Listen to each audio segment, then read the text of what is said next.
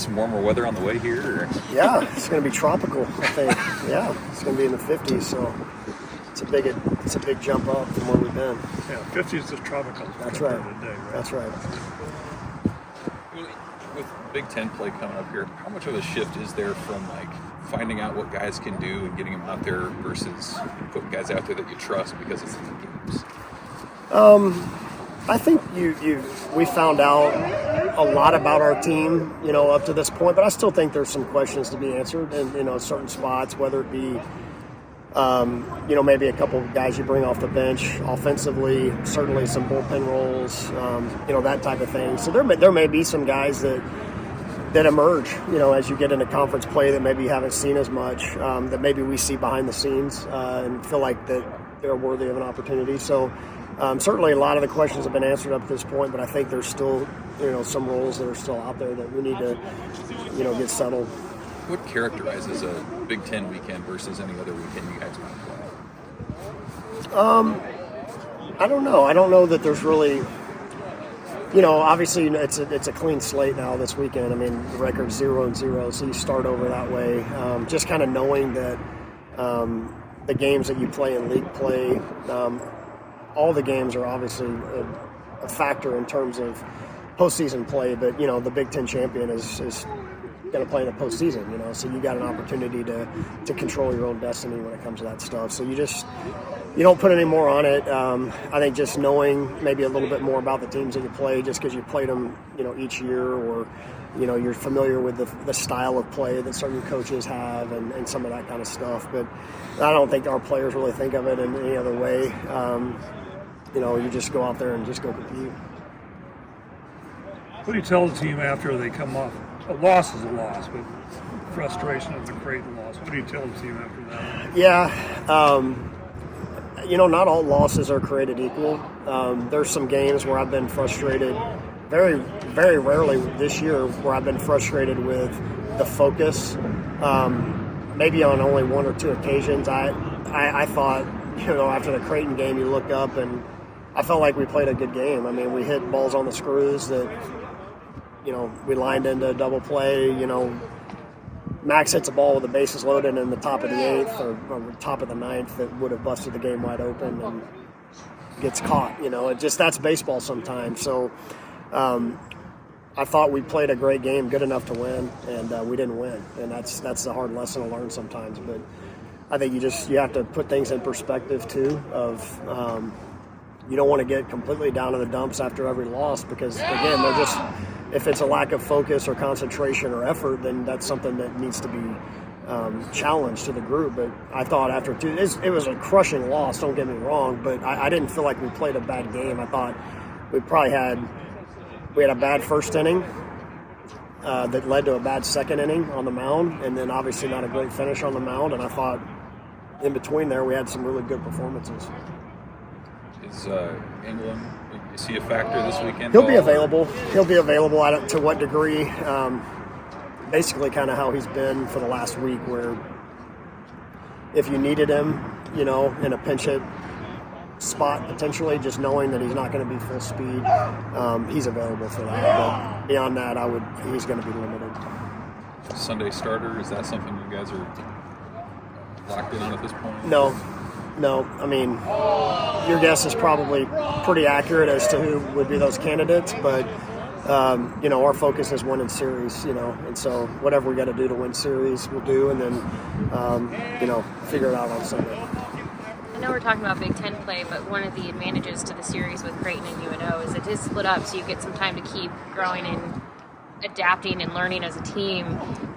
When these guys do get to face UNO and Creighton again, what do you hope maybe this Big Ten piece of it is going to help teach them before those next meetings? I don't really look at it in terms of who the opponent is, to be honest. Like, I don't, you play the in-state teams, of course you want to beat them. I don't want to beat UNO any more or less than I want to beat North Dakota State or University of Texas. That's just God's honest truth. So, we know we're always going to get their best shot every time we play, and what I hope to have happen is that we have some pitchers step up on the mound between now and then. That would help. What do you make of Illinois? I mean, you look at what they've done in the non-conference, and they don't jump out at you statistically in a lot of different areas. What do you think they maybe do well? What's the challenge there? They've hit for more power this year than usually. They've been a high average, don't strike out, not as many home runs. They've hit for more power this year, and they've got more power arms this year. So I think maybe their frontline guys are better than an older. They've got a couple of guys that have been there for a little bit. They've got some experience in the lineup. I think they just have a team that they like in terms of they seem to play well and complement each other well as a team, and that kind of showed up in some of these. They go on the road and beat Southern Miss in some of these games. So I think we're pretty evenly matched in a lot of ways. So it'll be a fun series. How do you approach pitching differently, knowing this Illinois team hits for more power compared to maybe last year's team when you faced them in their lower balance? Honestly, we don't really have the luxury of doing that right now. I mean, we're just trying to find some guys that are going to step up. I mean, Shanneman will be back this weekend. I mean, it was kind of a fluke deal we've had some illness going through the team, but he was not available to pitch. He would have pitched, Tuesday. I mean, he would have been in the game in the ninth inning without question if he'd have been available. And we needed somebody else to step up in that situation. And that's really just what we need to see is we need to see some guys that rise to the occasion. They step up and pitch the way they're capable of pitching out of the field. You talked about the offense collectively and how it's kind of handed off, passed the torch. Individually, though, are there some guys that you've seen take a big step this year in terms of their approach? I think of like Nebraska from a couple of years ago, and just how a little mental tweak or mechanical tweak makes the difference. Are there some guys like that this year? I would say Matthews for sure would be one that comes to mind. I think everybody's always seen he's used with potential and been a little streaky at times in his career, and he's got more at-bats under his belt, which certainly helps. But I think just him being very, very focused on just being consistent, I think has really helped him. He hasn't really tried to tweak too much. We haven't tried to tweak too much with him. He's really stuck to what he does well and mastered that, and he's been very consistent because of that. Kind of crazy to say it, but I think Max Anderson to a certain degree too, just knowing who he is as a hitter and just being okay with that and not trying to do more than that.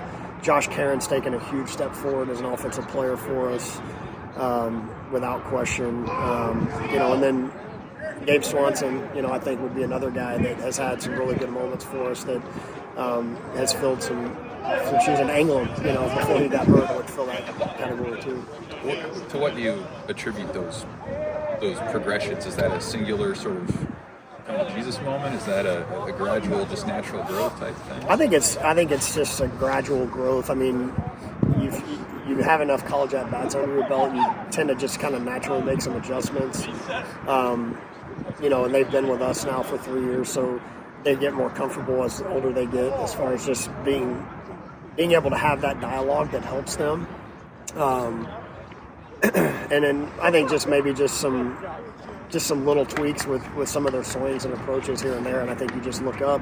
And it's contagious too. I mean, I've always said that, and it's the same way on the mound. I mean, as soon as some of our older pitchers step up and be the guys they're capable of being, the rest of the staff will really, fall into place. I really believe that. Bryce seems like a really upbeat guy when you talk to him.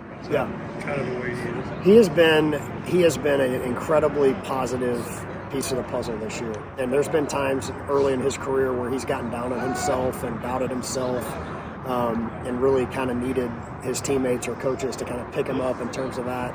I've just noticed him being a lot less driven by his emotions this year and a lot more driven by his preparation. And that just sometimes comes with age, it comes with experience, but it has to be intentional on his part to do that, and he's really done that. I mean, I think the guy that you see is who we see every day. It's just that he's got a positive mental thought process, and a lot of that has to do with he's just very process driven. I mean, he's a hard worker. He works like a professional, and he's an amazing team captain for us.